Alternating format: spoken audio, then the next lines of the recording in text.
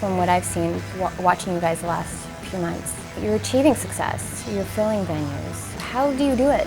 It's been a mixture of hard work with a little bit of luck too. We practiced together for a year before we played a show.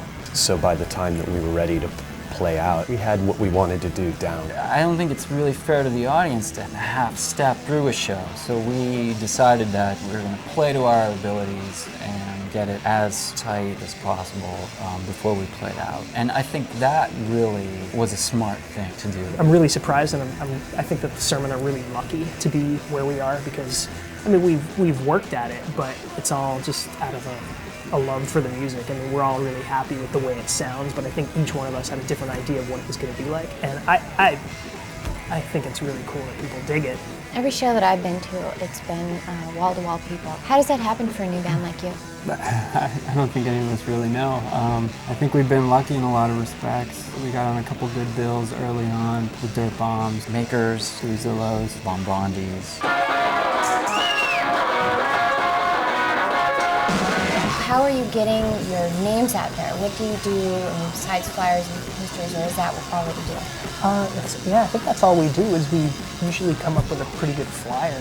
You know, word of mouth has been great for us, thankfully, because we haven't done a lot of those kind of fundamental things that we need to do. Mike's been taking a big hand in designing the flyers. I've always believed a good flyer.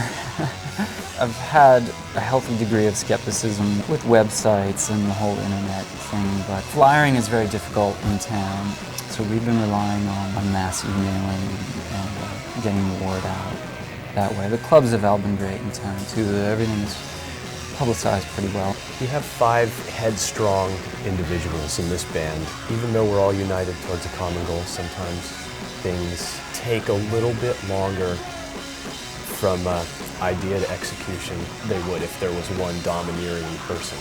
Yeah, it's time to get a manager.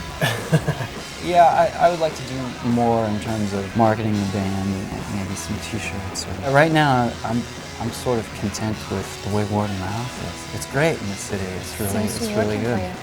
Yeah. I think it's pretty cool that we haven't had to flash our name in lights for people to know what we are. There's got to be something you're doing that other bands haven't done, or is it just that you're lucky, right place at the right time, with the right kind of music? I think that there's so many bands right now that are getting so much attention for having done not very much, and I kind of think that we're one of them. We haven't been on the ropes, and we haven't had to play a show where there's 10 people there and you get one Budweiser and $20, you know, and that can kind of inflate your ego a little bit. In some ways, we haven't really paid our dues. We haven't played the Tuesday nights. Is it too late for that, though? Hopefully. Where do you think that the Sermon is headed? Collectively, we haven't really had a great idea of what we wanted to do, and individually, I don't think anybody really has kind of an ulterior motive or a direction that they personally want the band to go to. We always try to put the band first and the individual members as a second priority.